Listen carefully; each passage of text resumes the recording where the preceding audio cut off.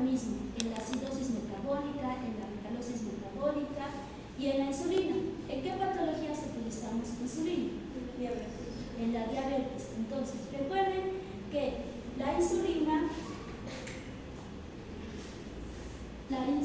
va a ser el compañero del potasio. ¿Eso qué quiere decir? Van de la mano, van juntos. Si existe un paciente con diabetes mellitus descompensada y ustedes le dan insulina, ¿qué va a pasar? ¿Dónde tiene que ingresar la insulina? ¿Dónde ingresa normalmente para hacer su acción? Tiene que ingresar al interior de la célula, pero junto con la insulina va a arrastrar el potasio, ¿no? Entonces, estos se observan tratamientos en diabetes mellitus descompensada, donde se administra insulina, y al administrar insulina también ingresa la insulina a la célula junto con el potasio. Y también ingresa potasio, por eso se dice que son compañeros y van de la mano. ¿No? ¿Y esto qué va a producir? De estar en un estado hipercalémico va a pasar a estar en un estado hipocalémico. Es por eso que debemos tener cuidado a la hora de compensar a un paciente diabético, siempre solicitar la medición de electrolitos, porque sabemos que va a existir un movimiento transcelular, que el potasio va a ingresar a la célula junto con la insulina y puede llegar a producir un estado de hipocalemia, es decir, disminución del potasio en plasma. Y también se ve con los beta-adrenérgicos o con las catecolaminas, como sea la adrenalina, la noradrenalina, también va a ocasionar movimientos transcelulares que producen que el potasio ingrese al interior de la célula. Y aquí podemos observar los mecanismos de regulación, ¿no? Allá arriba tenemos la bomba sodio-potasio TPase, ¿no? Donde va a intercambiar. ¿Qué sale? ¿Qué va a salir? Va a salir sodio, ¿no? Tres iones sodio y van a ingresar 2 iones potasio. Este es un mecanismo de regulación. El segundo mecanismo de regulación es el de la bomba ion hidrogenión y potasio, donde ¿qué va a pasar? Va a ingresar potasio a la célula, pero va a salir el ion hidrogenión, ¿no? Va a salir al líquido extracelular, disminuyendo el pH, originando una acidosis de tipo metabólica. Y el tercer mecanismo tenemos los movimientos transcelulares, ¿no? Que con la adrenalina, la insulina van a ocasionar activación de esta bomba sodio-potasio e ingreso de potasio al interior de la célula, ¿no? Estos son los mecanismos reguladores del potasio.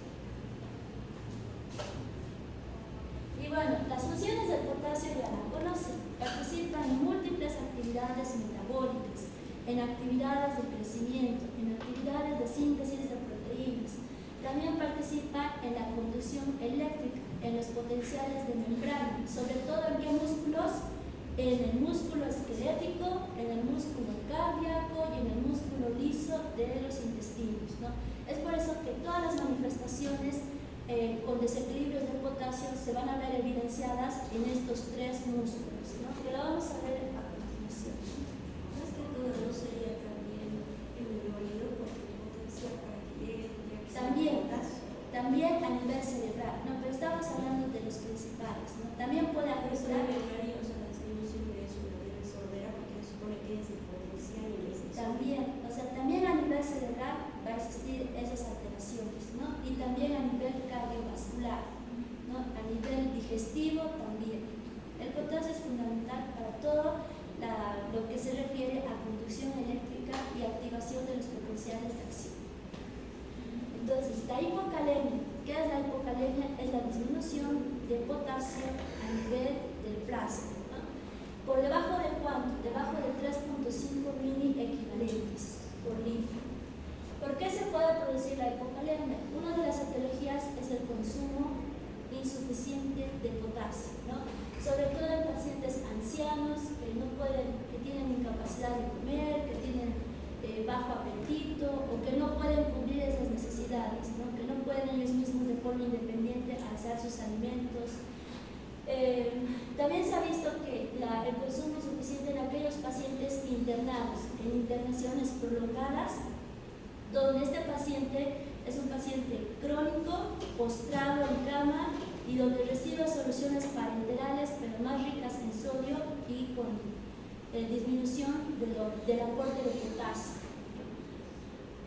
¿Es una causa frecuente? Sí. Normalmente el consumo de una persona normal tiene que ser de 45 miliequivalentes por día. En esta etiología va a ser más frecuente en niños y en ancianos. En la siguiente etiología tenemos pérdidas excesivas, ¿no? Sobre todo a nivel de la orina. El 90% se va a perder a nivel de la orina, excreción de potasio a nivel urinario. Pero también se puede perder por las heces y el sudor. Entonces, patologías que alteren estas situaciones, por ejemplo, diarreas, también se pierde sodio y potasio. Vómitos van a perder sodio y potasio, y también iones interperiores. La depresión del potasio puede suceder con rapidez, ¿no? Sobre todo en estos estados. También se ha visto en aquellos pacientes que tengan aspiraciones gastrointestinales, en aquellos que portan la sonda gástrica y se les realice aspiraciones nasogástricas frecuentes, también pueden perder potasio, y en aquellas pérdidas renales, ¿no? Tratamientos con diuréticos, excepto los diuréticos ahorradores de potasio, ¿no? Pacientes con alteraciones en la hormona aldosterona. Por ejemplo, ¿qué sucede cuando hay exceso de cantidad de esta hormona aldosterona? ¿Qué es lo que pasaría en el organismo?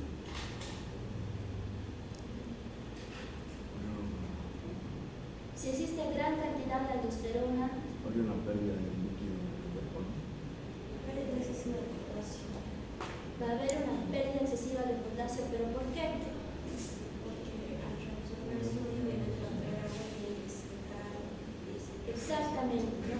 Va a absorber mayores cantidades de sodio y agua y va a excretar mayores cantidades de potasio. Es por eso que en estas enfermedades donde existe incremento de la hormona aldosterona se va a perder mayor cantidad de potasio, ¿no? Ahora, ¿qué pasa en el tratamiento con los corticoides, ¿no? Los corticoides también pueden activar de forma indirecta a la hormona aldosterona. Y es el mismo mecanismo de la bomba sodio-potasio, donde existe mayor absorción de sodio y mayor excreción de potasio. Ahora, en las pérdidas gastrointestinales, vómitos y diarreas, si esto no se controla y no se repone, por eso es muy importante que ante un paciente con vómitos y diarrea frecuente y en moderada gran cantidad, solicitar los electrolitos para iniciar la reposición no solamente de potasio, sino también de sodio. Ahora, los movimientos transcelulares, ¿no? Que es lo que habíamos comentado, que va a existir medicamentos que van a tender a activar estos movimientos transcelulares a través de la activación de la bomba sodio-potasio. ¿Y cuáles son esos medicamentos, no? La insulina, que se utiliza para corregir los estados de cetoacidosis diabética en aquellos pacientes descompensados por diabetes mellitus. Después tenemos los agonistas beta-adrenérgicos, el albuterol. El albuterol, bueno, su otro nombre es el salbutamol, que es muy conocido, ¿no? ¿Para qué se utiliza el salbutamol? Para enfermedades respiratorias, para producir una broncodilatación o broncoconstricción. Una broncodilatación, ¿no? Es muy utilizado, ¿no? En estos pacientes que van a utilizar salbutamol o aerosol también pueden desencadenar una hipocalemia por esos movimientos transcelulares de potasio que van a ingresar al interior de la célula y va a dejar el líquido extracelular con un potasio bajo, con una disminución del potasio. También se puede ver en estados de alcalosis metabólica, alcalosis respiratoria, movimientos transcelulares de potasio. Entonces, la insulina puede incrementar el potasio a nivel intracelular, pero lo va a depresionar a nivel extracelular. ¿Y cuáles son las manifestaciones clínicas de potasio, no? Podemos observar arriba indica poliuria, orina con osmolaridad y densidad relativamente baja, y polidipsia. ¿Y esto a qué se debe? ¿Por qué los pacientes con hipocalemia tendrán polidipsia, poliuria, incapacidad de concentrar la orina?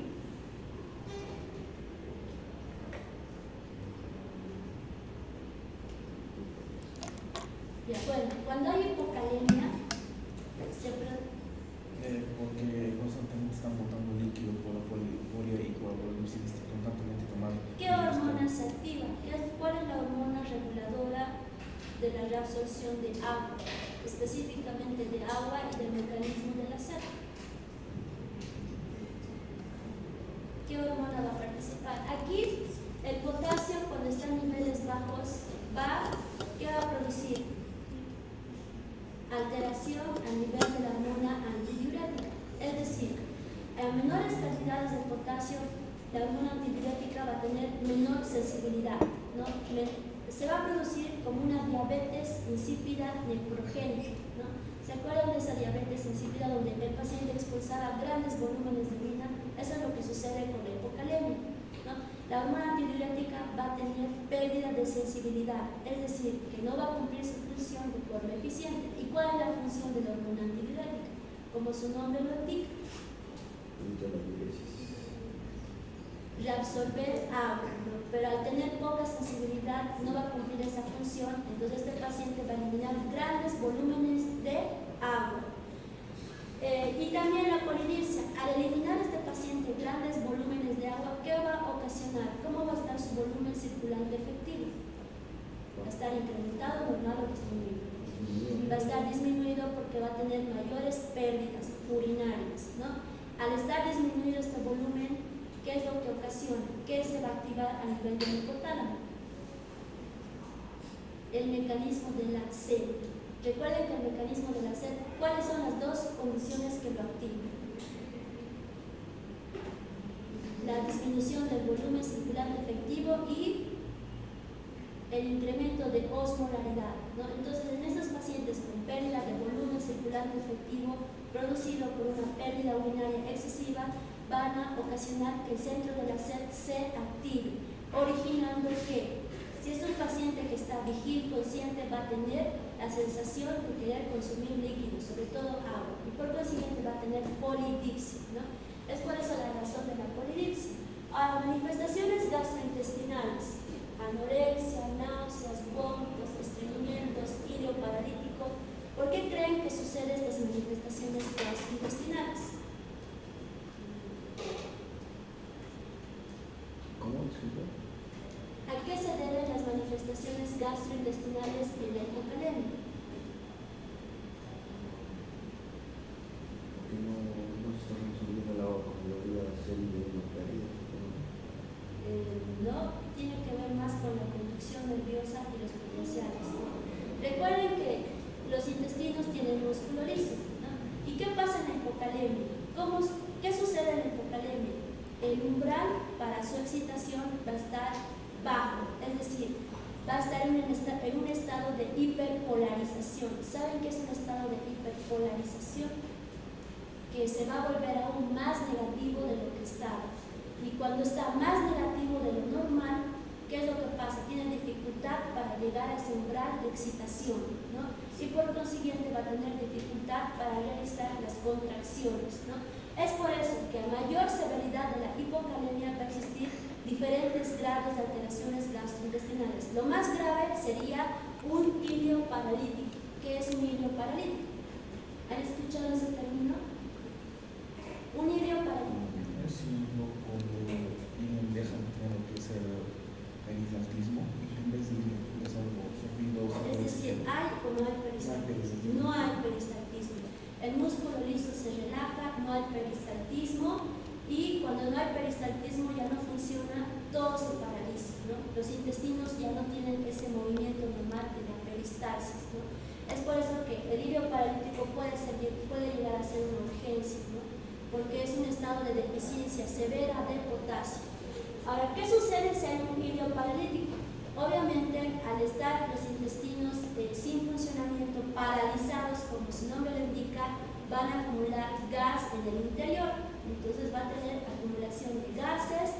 ¿Y qué más va a tener? Estreñimiento, ¿no? Porque esos intestinos no van a tener la capacidad de trasladar la materia fecal hasta llegar a su sitio, ¿no? Entonces la materia fecal se va a comenzar a acumular por esa falta de peristaltismo en los intestinos.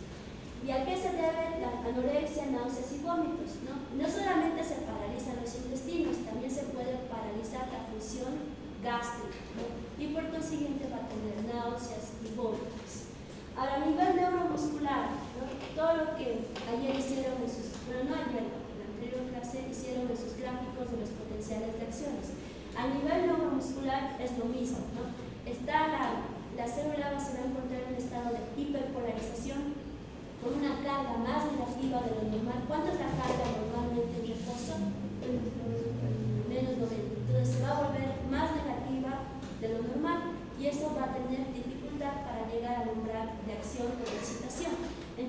a existir manifestaciones neuromusculares, ¿no?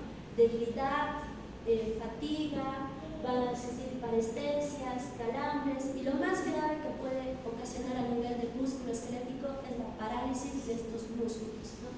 Lo mismo a nivel cardiovascular, ¿no? Va a tener cambios en el electrocardiograma. ¿Qué cambios van a tener? Si específicamente a nivel cardíaco, ¿qué va a existir? Incremento de la hiperpolarización, dificultad para que llegue a su grado de acción, y también va a existir una repolarización prolongada. ¿Y cuáles son las manifestaciones electrocardiográficas de una repolarización prolongada? Repolarización prolongada o tardía. Van a tener una onda T, va a ser picuda o plana. Plana de bajo voltaje, ¿no? Una onda T.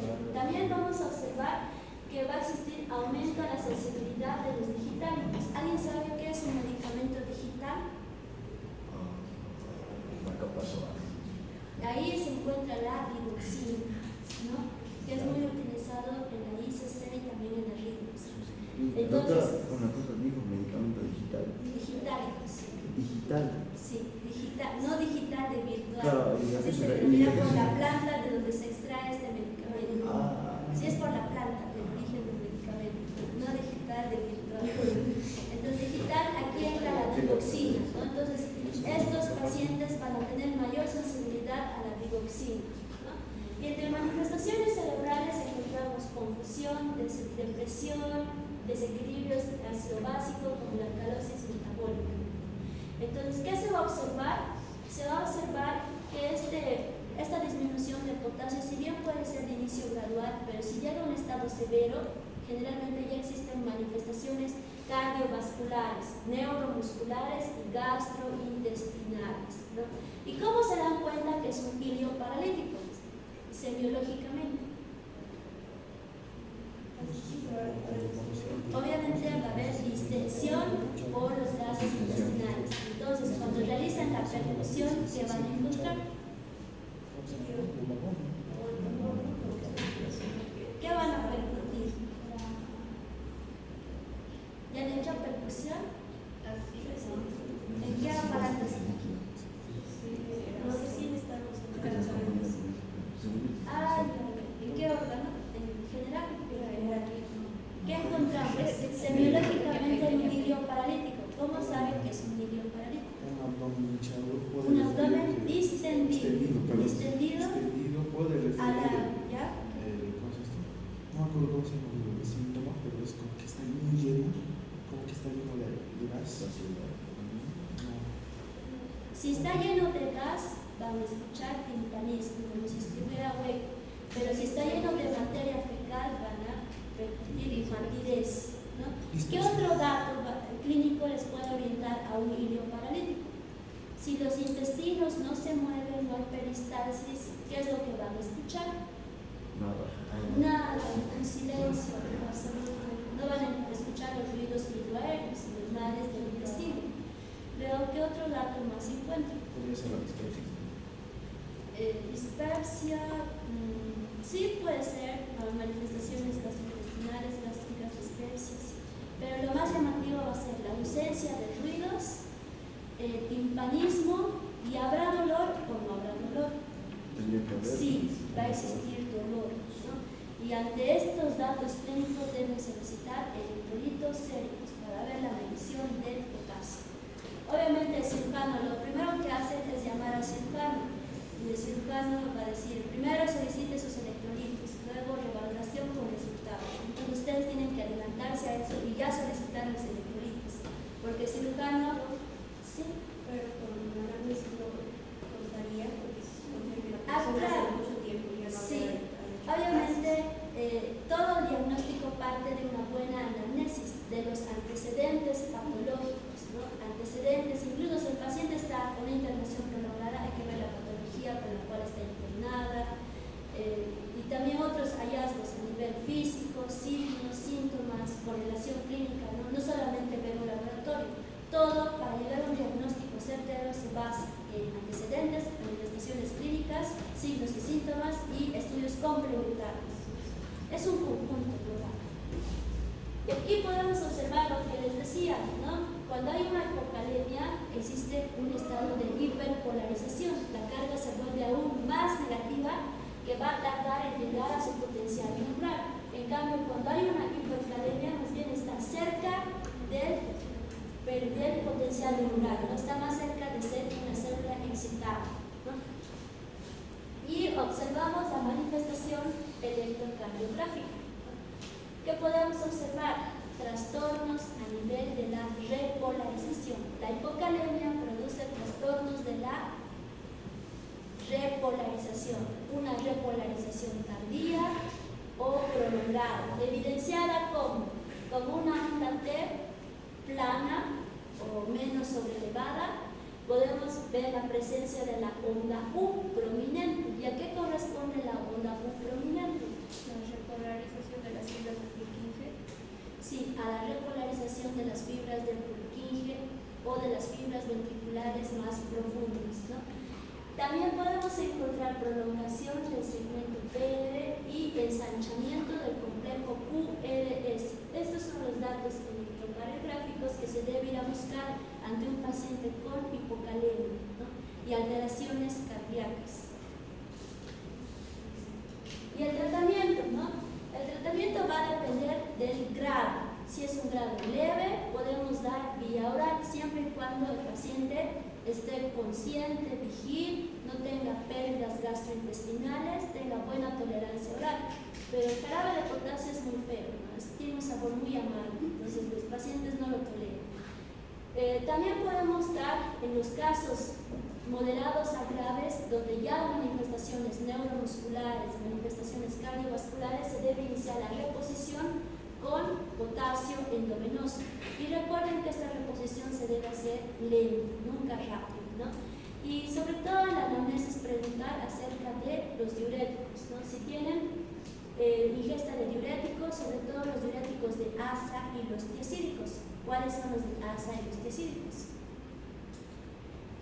Estamos hablando de la hidroclorotiazida y de la furosemida, que es un diurético de asa. Y también debemos medir el magnesio. ¿Por qué creen que será fundamental medir el magnesio? Creo que el magnesio actúa con los músculos, ¿no? Supongo que es importante por eso también. ¿Por qué si yo tengo un paciente con hipocalemia, le doy potasio endovenoso y no tiene una respuesta como yo lo esperaría, una respuesta óptima? Se debe porque probablemente puede tener una alteración en el magnesio, una hipomagnesemia, ¿no? ¿Qué sucede? El magnesio está relacionado con las aperturas de los canales. También existen otros canales que se denominan ROMCAP. ¿Han escuchado hablar de estos canales? Canales de potasio. Sus siglas están en inglés, ¿no? ROMCAP. ¿Han escuchado? ¿O es nuevo? Estos canales se localizan a nivel del túbulo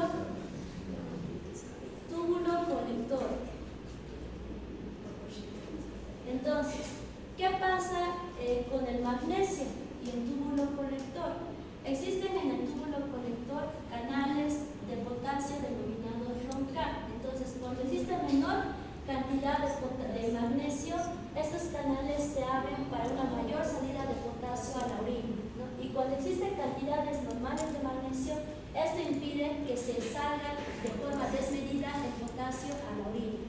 Es como un vigilante, es como un freno de la salida del potasio. Es por eso que si hay hipocalemia e hipomagnesemia, se deben reponer los dos electrolitos. Ahora vámonos con la hipercalemia, ¿no? Que es el otro estado, al otro extremo, ¿no? Incremento del potasio sérico arriba de los 5 miliequivalentes por litro. Este potasio es medido a nivel del plasma. Lo que no se mide es a nivel intercelular, se mide potasio plasmático, que es de líquido extracelular.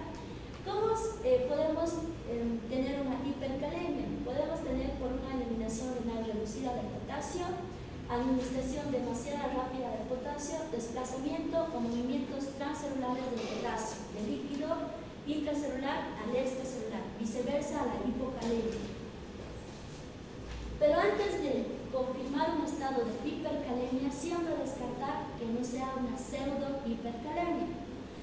¿Qué es una pseudo-hipercalemia? Es una falsa elevación del potasio. ¿Y por qué? ¿En qué situaciones se puede observar? Por una mala toma de muestra, ¿no? Cuando aplicaron el torniquete de forma prolongada al sacar la muestra.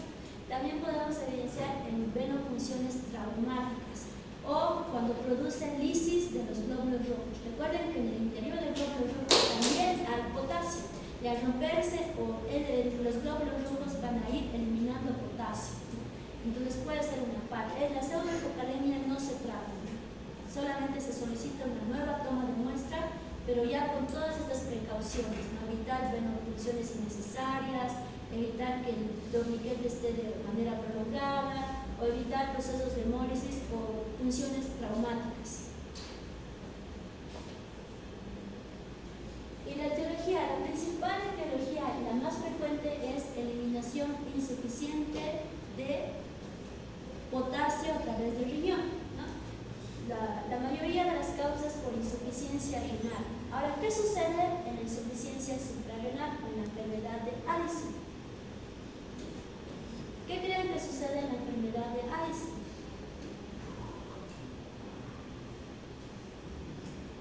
Bueno, ahí lo dice, ¿no? Menor liberación de aldosterona. Entonces, ¿qué pasa si hay poca cantidad de aldosterona?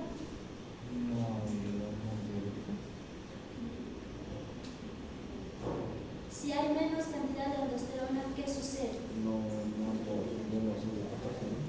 Va a alterar la función de la sodio, es decir, va a absorber menos sodio. Pero ¿qué es lo que va a pasar si se altera la bomba sodio y potasio?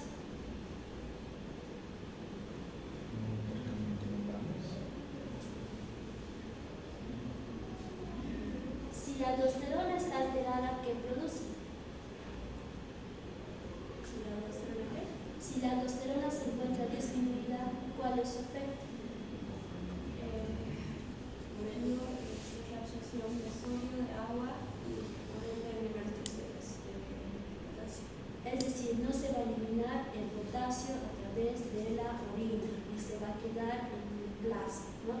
Por eso en esta enfermedad de Addison los pacientes tienen hipercalemia. También los diuréticos ahorradores de potasio, como la espironolactona, se puede evidenciar estados de hipercalemia, ¿no? Otro estado es el consumo excesivo, pero esto es poco probable, ¿no? Porque tendría que ser un consumo excesivo y alteraciones a nivel renal. Pero si el riñón está funcionando de forma correcta, entonces aunque consuman potasio en alimentos, también va a ser excretado a nivel renal. Este tipo de consumo excesivo se debe más que todo en aquellos pacientes que ya tienen alteraciones renales. La liberación del compartimiento intracelular. Cualquier lesión que produzca traumatismo a nivel celular, ya sea por quemadura, trauma mecánico, rotura de células, hemólisis, va a liberar potasio al líquido extracelular, ¿no? Tenemos lesiones por aplastamiento, el ejercicio extremo porque se produce rhabdomiólisis, ¿no? También se puede liberar potasio en las convulsiones, en las quemaduras, traumatismo de tejidos, hemólisis de glóbulos rojos, hemólisis de blastos en la leucemia aguda, también liberan potasio de esas células de los blastos muertos. También en las trombocitosis son elevaciones de plaquetas, ¿no? Pero en las trombocitosis extremas, cuando los pacientes tienen 1 millón de plaquetas, 2 millones de plaquetas, puede existir muerte de esas plaquetas con liberación de este electrolito a líquido extracelular. ¿Y cuáles son las manifestaciones clínicas, ¿no? Lo contrario a la hipocalemia. Entonces, si la hipocalemia existía a nivel digestivo, existía el ilio paralítico, aquí va a existir mayor incremento de los movimientos intestinales, mayor peristalsis, va a tener diarrea, ¿no? Calambres por calambres intestinales, por agotamiento, náuseas y vómitos, a nivel neuromuscular, calambres musculares, debilidad, parestesias, y a nivel cardiovascular presentamos lo contrario, ¿no? De ser una onda T plana, pasa a ser una onda T picuda, ¿no? Entiendan el lumbar, que es lo más característico de la hipercalemia. Y el diagnóstico, ¿cómo se realiza el diagnóstico, no? Siempre basarnos en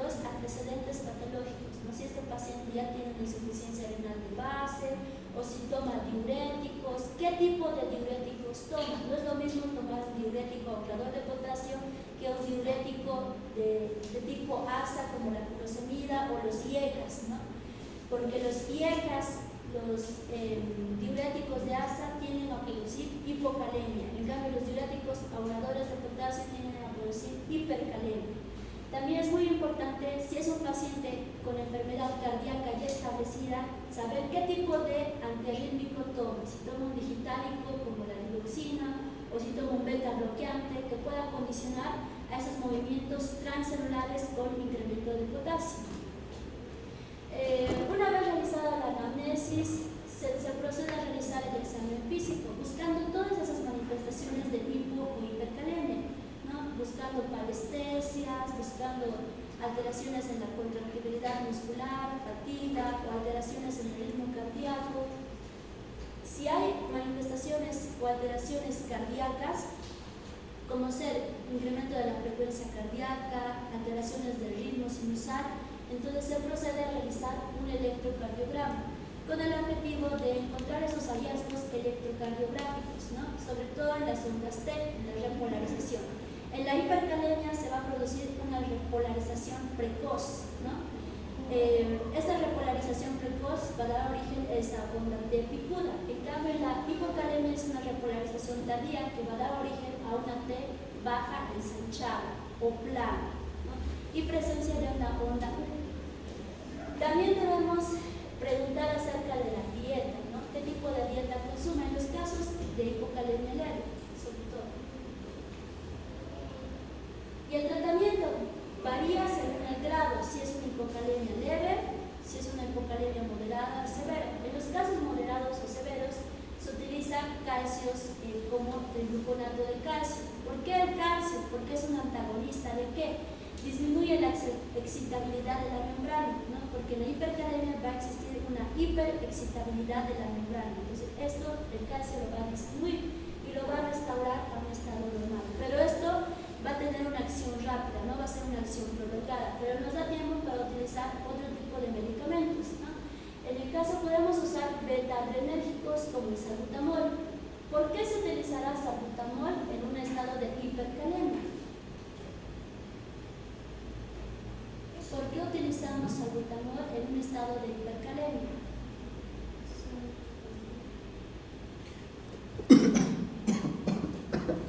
¿Qué produce el salbutamol? Movimientos transcelulares, ¿no? Va a ingresar potasio de líquido extracelular plasmático a líquido intracelular. Entonces, en un estado de hipercalemia donde existe exceso de potasio, va a ser beneficioso que ese potasio que está afuera ingrese hacia adentro. También el mismo mecanismo de la insulina. En estados de hipercalemia se puede utilizar insulina, se puede utilizar el salbutamol, calcio, bicarbonato de calcio, para mover ese potasio a nivel transcelular. Se traslada del líquido extracelular al líquido intracelular y con eso disminuir la concentración sérica de potasio elevada del plasma. Bueno, aquí hay un gráfico. Bueno, este es un resumen, ¿no? Vamos a comenzar de arriba, un resumen de todo. Hija de Dios. Bueno, arriba tenemos trastornos del potasio. Ahí hay un mnemotécnico que dice músculo, ¿no? Y está con K. La K significa que el potasio va a alterar sobre todo a nivel muscular principalmente, ¿no? También puede alterar otros sitios, otros aparatos, pero lo principal es a nivel del tejido muscular esquelético, muscular liso y muscular cardíaco. Luego tenemos cuáles son los requerimientos de potasio que debe tener una persona normal. Es de alrededor de 50 miliequivalentes por kilogramo de peso, ¿no? ¿Cuáles son los mecanismos regulatorios del potasio? Ahí tenemos, ¿no? ¿Qué va a pasar? El potasio normal es de 3.5 a 5.5 miliequivalentes por litro. El principal mecanismo tenemos la bomba sodio-potasio ATPasa, ¿no? Que va a mover el potasio. Otro mecanismo, ahí está el de verde. Estamos aquí en esta parte central. El de verde es un mecanismo regulador de la bomba sodio-potasio ATPasa, ¿no? El otro mecanismo regulador es la bomba de ion hidrogenión y potasio, ¿no? ¿Y qué es lo que sucede? ¿No? Esta bomba de ion va a meter potasio al líquido y va a salir el ion hidrogenión. Y al salir el ion hidrogenión, ¿qué es lo que pasa? Si sale el ion hidrogenión, va a incrementar estos iones en plasma y va a producir disminución del pH y acidosis metabólica. Otro mecanismo, bueno, estamos en la parte de regulación normal, ¿no? El riñón es la principal vía excretora de potasio. ¿Y dónde se secreta el potasio? ¿Dónde se secreta? ¿A qué nivel? Ahí lo dice, TCD. ¿Qué es TCD? Túbulo contorneado distal. Y TC, ¿qué es TC? En el túbulo conector. Entonces, estos sitios son los principales para la secreción de potasio hacia la orina, ¿no? Luego tenemos el mecanismo de la aldosterona, ¿no? Es muy importante la aldosterona porque es la encargada de ¿qué? De reabsorber sodio, de reabsorber agua y a la vez intercambiar el potasio, ¿no? Con lo cual va a ser eliminado. También tenemos los mecanismos transcelulares, como son la insulina. Entonces, en estados de incremento de potasio, la insulina, ¿qué es lo que va a hacer? Va a ser ingresar potasio de líquido extracelular a líquido intracelular. Otros medicamentos que pueden hacer estos movimientos transcelulares son los beta-adrenérgicos. ¿Y cuáles son estos medicamentos beta-adrenérgicos? Podría ser la adrenalina, la noradrenalina, ¿no? Entonces, estos dos, en especial las catecolaminas, los beta-adrenérgicos como la adrenalina, noradrenalina y salbutamol, producen mayor actividad de la bomba sodio-potasio ATPase, ¿no? Con lo cual regulan la cantidad de potasio a nivel extracelular y a nivel intracelular. Ahora, ¿qué sucede en una hipocalemia? La hipocalemia es definida como disminución del potasio plasmático por debajo de menos de 3.5 miliequivalentes por litro, ¿no? Existen diferentes grados de hipocalemia y allá arriba tenemos los grados, ¿no? Leve cuando está el potasio de 3 a 3.5. Moderado cuando el potasio está de 2.5 a 3 y severo cuando el potasio está a menos de 2.5. En los estados moderado, en especial en el severo, ya podemos ver trastornos a nivel cardiovascular. Bueno, en la hipocalemia, las causas pueden ser una redistribución, como hemos visto en los movimientos transcelulares, puede ser de causa extrarrenal, como ser la diarrea, los vómitos, aspiraciones frecuentes de la sonda nasogástrica. Y también puede ser a nivel renal, por el uso frecuente de diuréticos, puede darnos una hipocalemia, ¿no? El uso frecuente de diuréticos, sobre todo las tiazidas, como la hidroclorotiazida y furosemida, que es un diurético de asma. Entonces, a nivel del electrocardiograma, ¿qué encontramos? Aplanamiento e inversión de la onda T, onda U prominente, que corresponde a la solarización de las fibras de Purkinje, ¿no? Prolongación del intervalo del QT y del PR. Y también podemos encontrar, por esta prolongación de estos intervalos, puede producir o condicionar a arritmias cardíacas. Lo más fatal sería, con una hipocalemia extrema o grave, puede el paciente desencadenar una arritmia y por consiguiente un paro en sistema. ¿Cuál es la clínica? Disminución de la fuerza muscular, disminución de los reflejos osteotendinosos, calambres, ilio paralítico en hipocalemia severa, ¿no? Y aumento o hipersensibilidad a los digitálicos como la digoxina. Ahora, ¿qué tenemos en el otro extremo? La hipercalemia, cuando el potasio sérico está arriba de los 5.5 miliequivalentes por litro, ¿no? También tiene sus grados, de 5.5 a 6 es leve, moderados de 6 a 7 y severos más de 7. Lo primero que hay que descartar en una hipercalemia es que se trate de una pseudo-hipercalemia por procesos traumáticos a la toma de muestra, por el uso del torniquete prolongado o por hemólisis de los glóbulos rojos. ¿No? Ahí está, hemólisis in vitro, incluso la leucocitosis severa también puede producir pseudo-hipercalemia, ¿no? O hipercalemia verdadera. Ahora, ¿qué sucede en la hipercalemia? ¿Cuáles son sus causas? La principal causa es por dificultad en la excreción del potasio, es decir, alteración a nivel renal, en insuficiencia renal, ¿no? Vamos a encontrar hipercalemia. En la enfermedad de Addison, ¿por qué? Porque va a existir la hormona aldosterona, se va a encontrar disminuida, ¿no? También en procesos de lisis como la hemolisis, traumas, quemaduras, lisis tumoral. ¿En qué estado sucede la lisis tumoral? Sobre todo cuando hay alta carga tumoral, en patologías como la leucemia aguda, ¿no? En la leucemia aguda, cuando existen blastos, arriba de 100.000 blastos en sangre periférica, puede condicionar a un síndrome de lisis tumoral, liberando potasio de esas células blásticas, ¿no? Y ocasionando hipercalemia. También se puede ver en los estados de acidosis o en los estados de hiperglucemia, ¿no?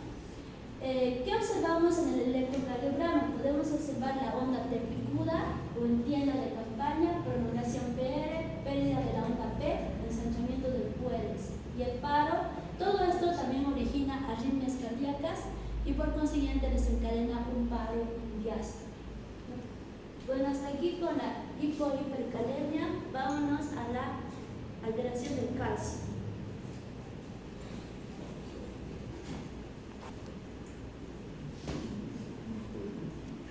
Calcio del magnesio. Del magnesio es corto, del calcio sí es largo. Luego nos falta alteraciones a nivel de desequilibrio ácido-base y estado de choque.